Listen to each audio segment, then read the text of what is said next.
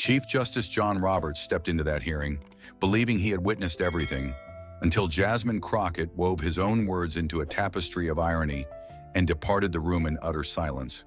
An eerie calm enveloped room 2141 of the Rayburn House office building, not the kind that weaves tranquility, but the sort that arrives just before a piercing edge slices through the atmosphere. On paper, it appeared to be merely another hearing, yet an undeniable energy enveloped everyone in that room. An event was on the brink of unfolding. Chief Justice John Roberts took his place at the witness table, clad in a navy suit that appeared worth more than a month's earnings for the majority gathered in that space. He was calm, collected, and some might argue assured to an extreme. This wasn't his first time at the rodeo. He had shared his insights before Congress on multiple occasions and understood the art of the game. Articulate with precision, guide the rhythm, and remain above the tumult. This specific hearing, however, was unique.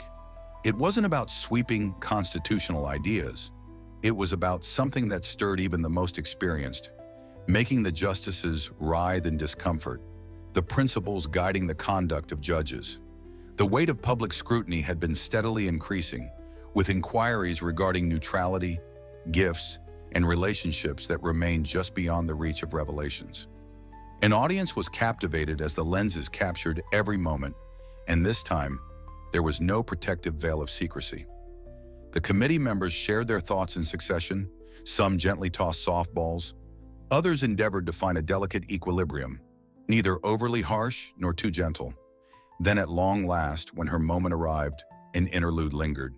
The name was inscribed into the annals.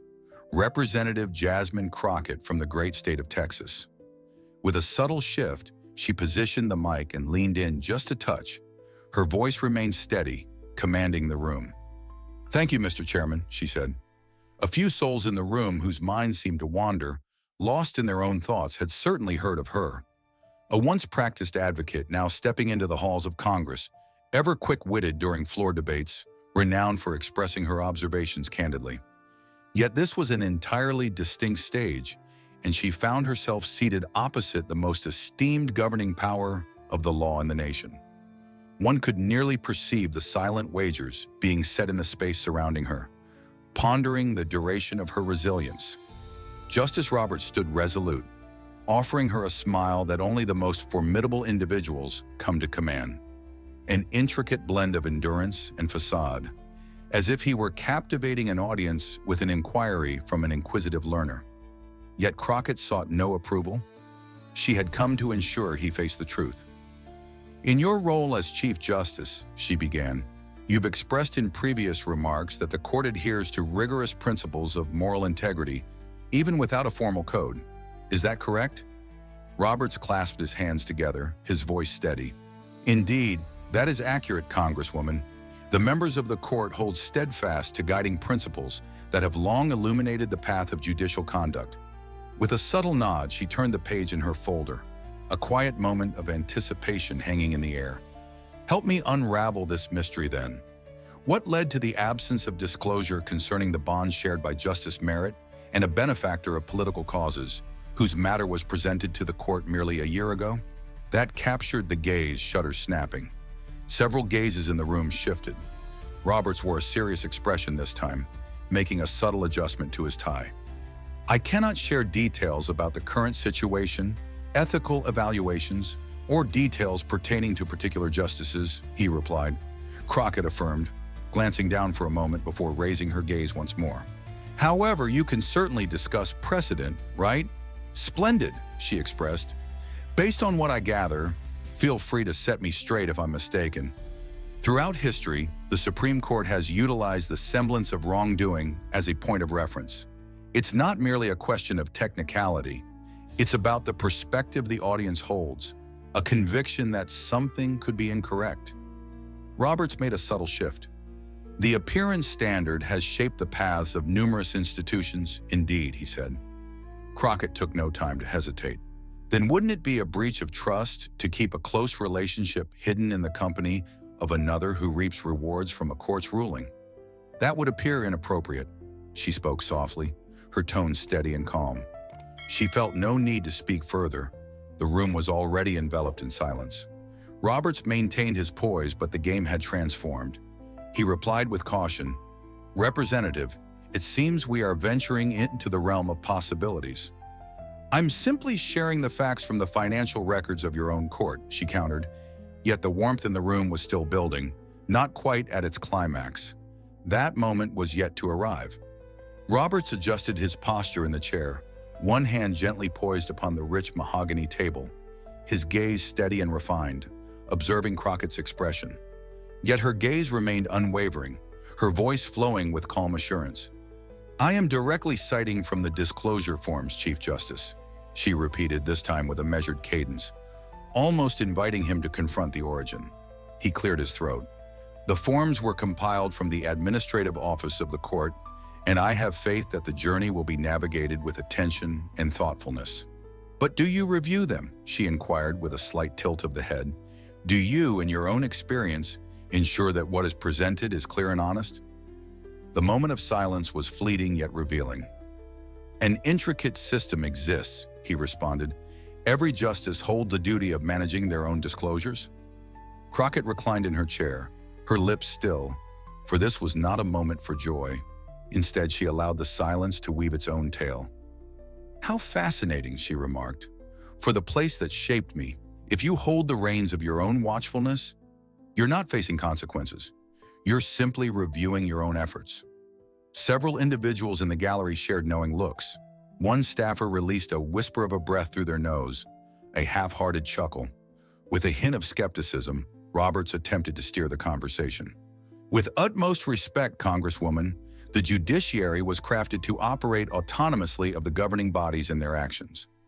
Our purpose is to weave the fabric of the law into understanding, to remain unshackled by the weight of political influence. And no one is attempting to do that," Crockett responded.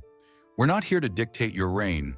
We're on a quest for understanding why certain patterns continue to emerge and why they continue to evade scrutiny."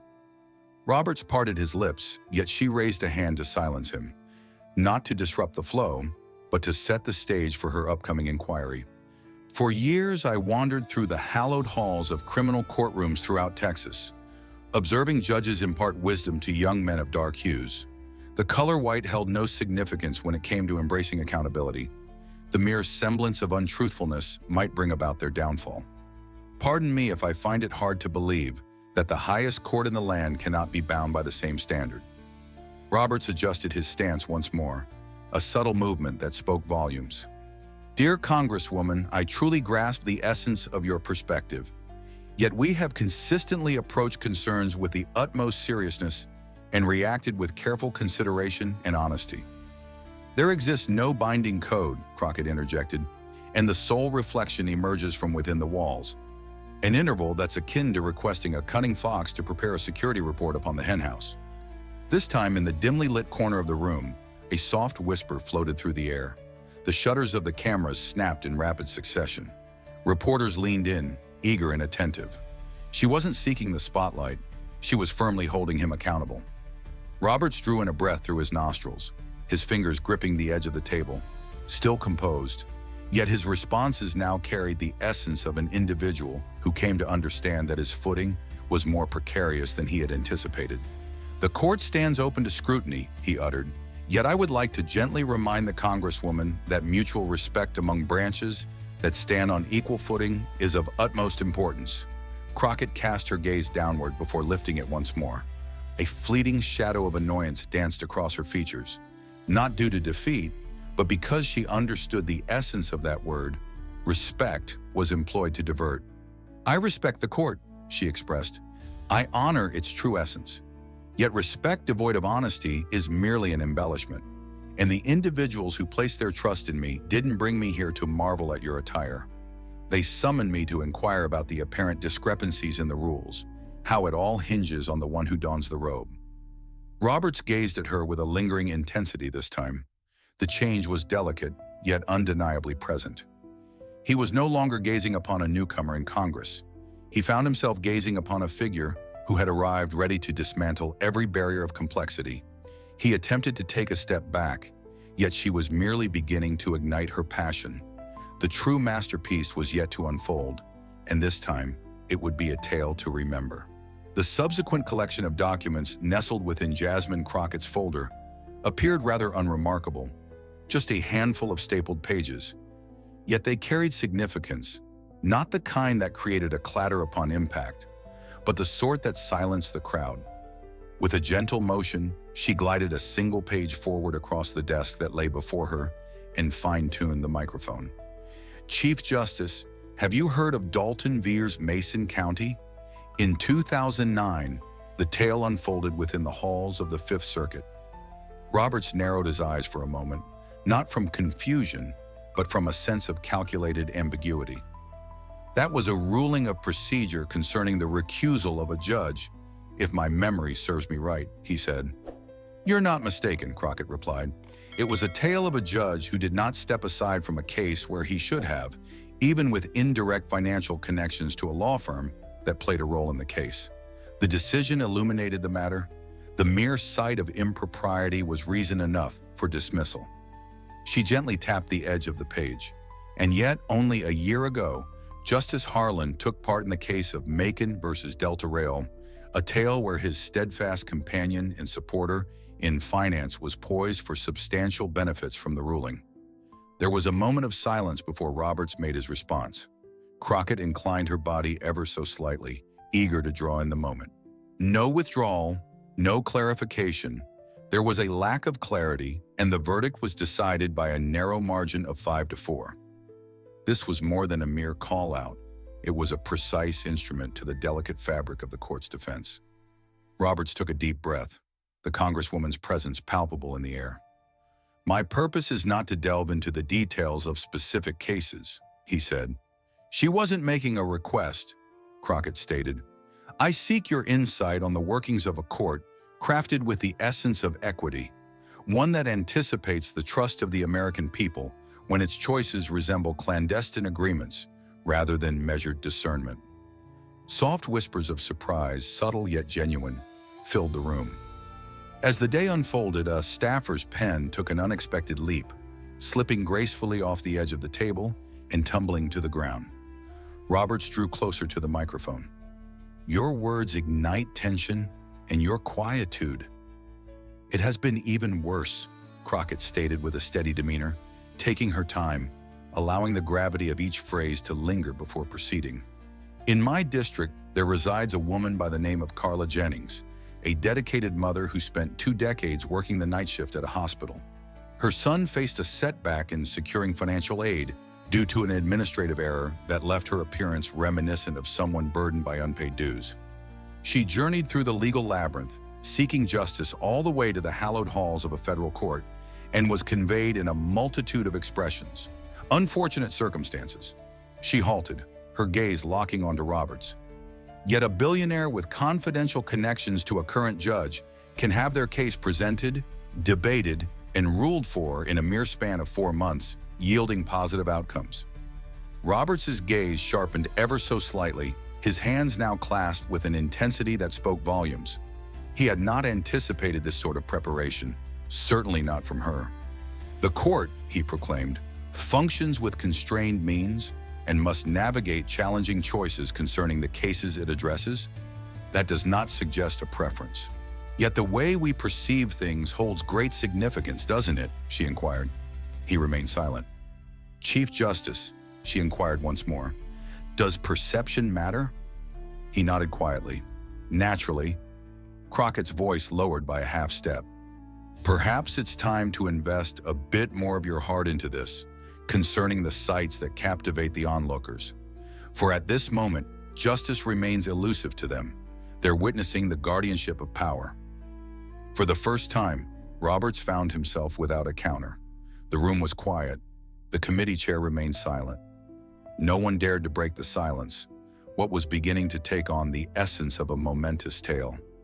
Crockett, her voice calm and steady, turned another page. "I arrived today with a sense of reverence. Yet I arrived bearing truths, and the evidence reveals that your institution faces a challenge, an intricate tale. It's time for the facade to fade away." Yet the genuine transformation remained on the horizon, only when the Chief Justice came to the realization whom he found himself seated opposite. The gentle transition in Chief Justice Roberts' tone resonated with all present. He leaned in ever so slightly, joining his hands together in a manner that sought to regain a sense of calm. Yet the cadence of his voice had transformed, more spontaneous, more ambiguous. "Congresswoman," he commenced, "though I appreciate your fervor, it would be wise to refrain from making hasty conclusions from solitary events, lacking a complete grasp of the judicial journey." Crockett remained utterly unfazed. "With the utmost regard, Your Honor, I am not arriving at any conclusions. I'm weaving together threads. There's a distinction." She sensed it the instant the ground began to tilt beneath her. The gaze of the room had shifted away from Roberts. Eyes were upon her, and in that moment, she decided to take her next step. "In the year of 2013, she spoke, presenting yet another piece of parchment. "You delivered a commencement address at Harvard Law. You shared with the graduates that, and I quote, 'Your trustworthiness is your wealth.' You mentioned, when trust in your character begins to fade, all else crumbles." Roberts reclined, affirming the truth of the matter. Then she spoke, urging him to share, her voice now edged with intensity. "How does trust endure when the faith of the people in your establishment is experiencing a significant decline not seen in many years? As surveys reveal that a greater number of Americans hold faith in the court is fueled by the currents of politics rather than by principle?" He chose not to respond right away. She delved deeper. "One does not simply invest 2 decades in crafting a legacy and then feign astonishment when the hush enveloping your coworkers begins to unveil it." Roberts parted his lips, ready to weave his reply. Yet this time Crockett did not hesitate. "What you refer to as passion, it truly isn't. It's precision. I'm not raising my voice. I'm not guessing. I'm inquiring about the reasons behind American behavior, similar to Carla Jennings, bound by expectations that your justices may overlook in plain sight." She lowered her tone, making it firmer. "Have you ever experienced the sensation of stepping into a courtroom, understanding that the odds are stacked against you before you utter a word? I have witnessed young men weep after receiving their sentences, for they understood they had never truly experienced a genuine strikedown. For justice has always danced in the shadows of truth. It revolved around the question of who held the keys to the gates, who possessed connections and moments to spare." The silence in the room thickened. Silence reigned. Stillness prevailed, only Crockett's voice resonating with each word, like a pebble cast into a fragile pane. Roberts endeavored to reclaim what had been lost as the court embarked on its own journey of action. She interrupted him, but it wasn't quite sufficient. "Not when the wealthy whisk judges away to secluded getaways and not a soul stirs. Not when you craft choices that shape the lives of countless individuals from behind doors that remain untouched." And then she declared, "You know, you are correct about one thing. Trust is wealth. At this moment, your institution finds itself in a state of overdraft." That line struck with a force unlike any other she had spoken all morning. In the dim light of the room, a lone law clerk in the back hurriedly captured every word, his pen dancing across the page with remarkable speed, the pen nearly ripping through the page. For the very first time, Roberts refrained from offering a counter-argument. He remained motionless. Crockett allowed the silence to linger for 2 prolonged beats before she reclined in her chair, allowing the burden of her words to settle, lingering in the atmosphere. She was not seeking attention. She wasn't sharing her tale. She was embarking on a journey that others had only whispered about, referring to the court's authority as it had evolved into a shielded entity, discerning and inviolable. Roberts adjusted his tie once more, ensuring every detail was just right, but the movement seemed more akin to a restless habit than a showcase of assurance. With a deliberate clearing of his throat, the committee chair prepared to speak, prepared to take the next step. Yet he hesitated, perhaps in honor, perhaps due to his uncertainty in knowing how to pursue what had just unfolded. It was only the beginning, for Crockett had more to reveal, not until the citizens of America were woven into this dialogue as well. Crockett had no desire for mere sparring in the presence of the esteemed Supreme Court Justice. She arrived seeking something grander, a heartfelt message for those tuning in from their own spaces, who were unaware of the names of the cases yet carried the burden of their choices with each passing day. She inhaled deeply and began to speak with a new cadence, more deliberate and measured, fewer legal battles, more cozy gatherings. "There's a man in Odessa," she whispered. "Once upon a time, there was a man named Jorge Salgado who drove trucks, navigated the challenges of the pandemic without pause, never uttered a word of discontent, never paused for a moment's rest. Yet when his brother found himself in custody within the confines of a secluded immigration center and was refused medical care, he submitted a petition. The court dismissed it without so much as listening to the details." She cast her gaze toward Roberts' direction. He found himself perplexed by the reasons, so I shared with him that the law was crafted in that manner, and the system weaves a complex web that complicates the fight against injustice when it lurks in the shadows of words shaped to safeguard the mighty. She leaned in. "And the highest court in this land, an opportunity arose to mend that, yet you all turn a deaf ear to it." Silence spoke volumes, leaving words unspoken and thoughts lingering in the air. Roberts remained silent as Crockett pressed on. "These are not mere hypotheticals, head of the judiciary. There exist individuals who continue to hold faith in the law, even when it turns against them, individuals who believe that with enough effort, adhering to the guidelines, there exists a person at the pinnacle who will take the time to listen to their voices." She cast her gaze upon the room now, not solely to Roberts. "And we must ponder what unfolds when those individuals cease to have faith, when they cease to believe that justice can be achieved for an individual who does not possess a business, or support a cause, or serve on a committee." Her voice carried a certain rawness, neither fury nor showmanship, just truth. She took a breath, allowing the weight of her words to linger in the air before she continued. "My journey led me to the path of law, for I believed that the law could serve as an instrument of justice. I remained in the legal profession because I discovered that the law is only as just as the individuals who command it. Today, I find myself seated across from another soul who wields a force beyond the grasp of ordinary hands, yet remains unwilling to acknowledge that power may run rampant." At long last, Roberts offered a reply, yet his voice lacked the same strength. "Congresswoman, I acknowledge that point. Certain choices can lead to challenging outcomes, yet the function of the court is not to assume the mantle of a savior. It is to understand the law as it is inscribed." Crockett gave a thoughtful nod. "What unfolds when the law is crafted to benefit only a select few, when it is understood in a way that benefits those who are already in power?" She required no response from him. She had an inkling that he wouldn't. "You speak of the autonomy of the judiciary," she spoke. "Yet freedom devoid of responsibility lacks true power. It's solitude." A soft voice emerged from the shadows. "She's correct, but not boisterous, not for theatrics. Merely a single voice echoing the thoughts of many." Crockett turned over one final page. "This transcends mere politics. It's about conviction.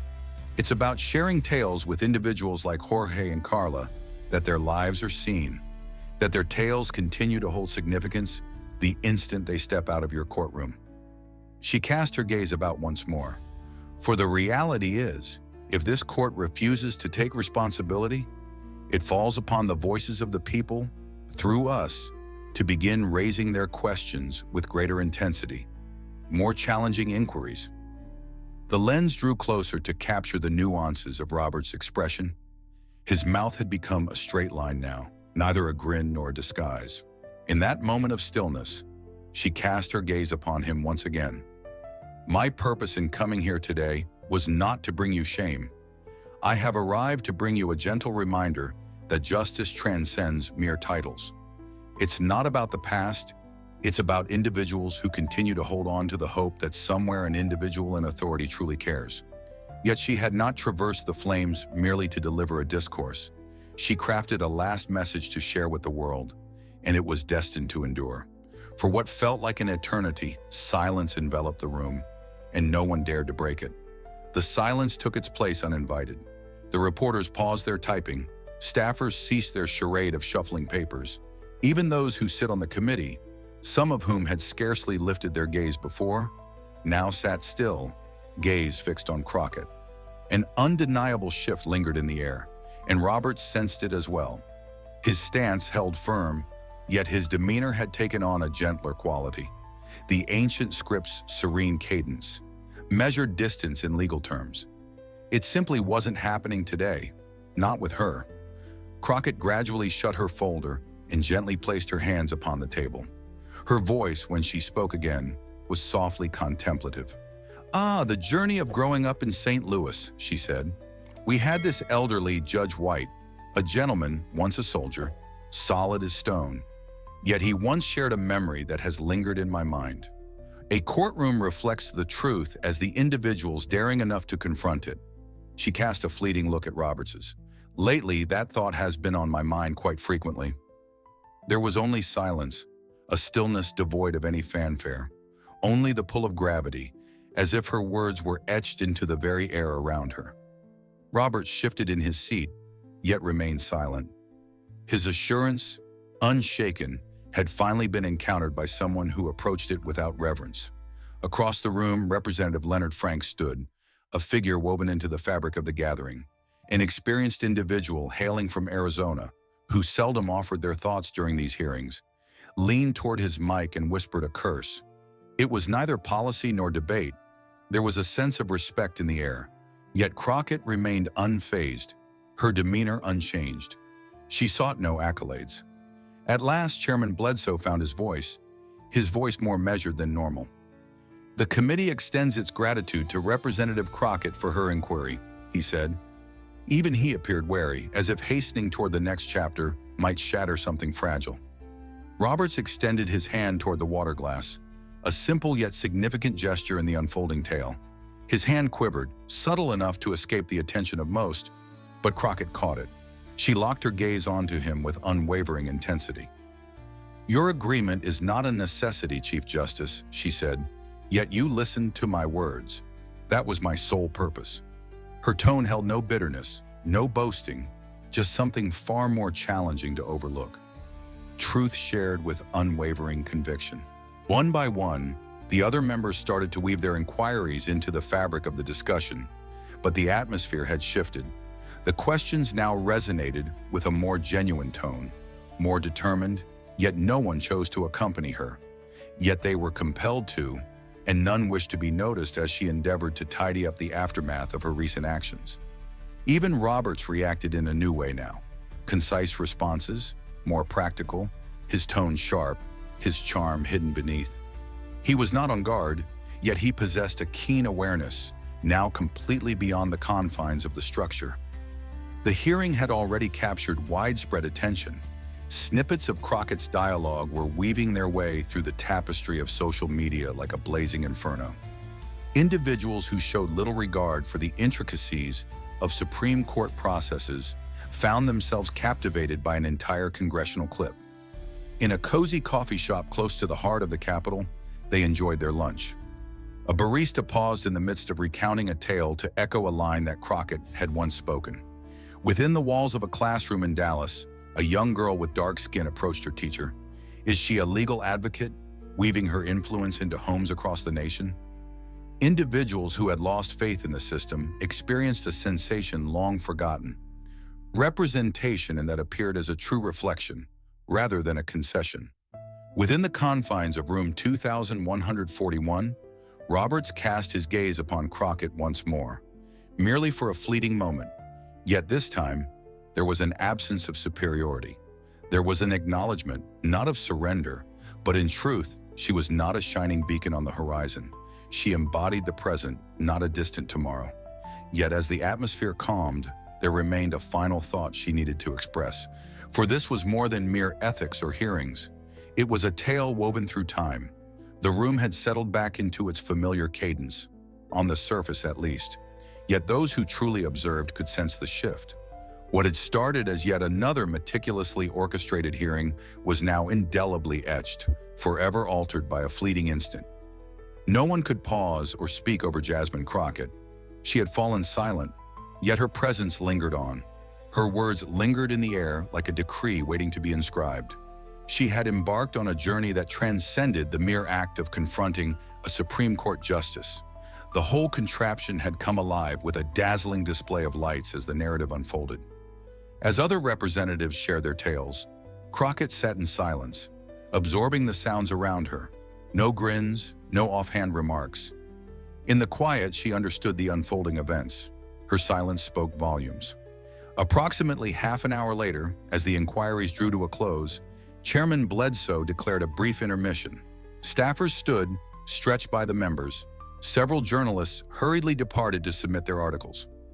Roberts stood, a figure poised in the unfolding narrative of his life. Yet just as he was about to pull himself away from the table, he cast a fleeting look over his shoulder. Crockett remained still, the Congresswoman poised in the moment. He spoke, his voice dipping slightly. "Your district is truly lucky to have you." She gazed upward, aware of what lay ahead, offering a subtle nod, shedding the weight of formality, more relatable this time, and began to walk away. He appeared composed now, simply more subdued. As the last echoes of conversation faded, a young woman lingered in the gallery, a student of the law hailing from Missouri, clad in a blazer that swayed with an oversized charm, made her way toward Crockett with careful steps. With a determined grip on her notes, she stepped out of the hearing, leaving behind the echoes of the discussion, a space filled with silence. As the night unfolded, the exchange captured the attention of national news, not merely political shows but prime time. It was not the confrontation that captured the audience's gaze. It was the serenity that enveloped everything.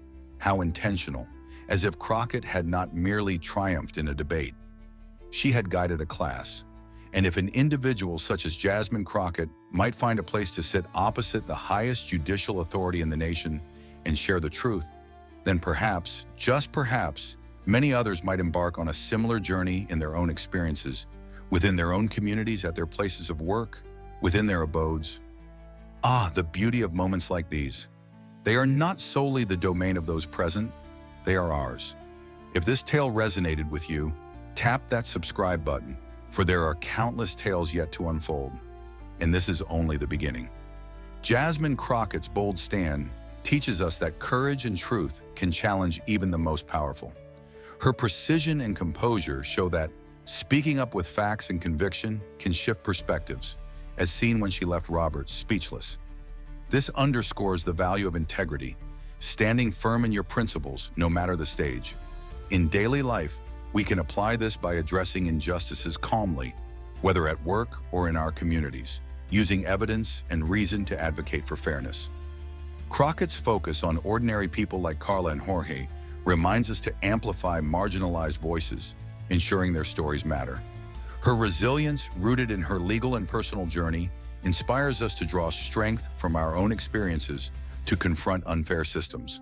Moreover, her ability to spark dialogue, from coffee shops to classrooms, highlights the power of collective action. We learn that change begins with one voice but grows through shared effort. To live these lessons, ask questions when you see inequity, support those unheard, and hold leaders accountable with respect but resolve. Let's take action. Speak out in your school, workplace, or online forums. Share stories of justice, like Crockett's, to inspire others. Join community efforts to demand transparency and equity.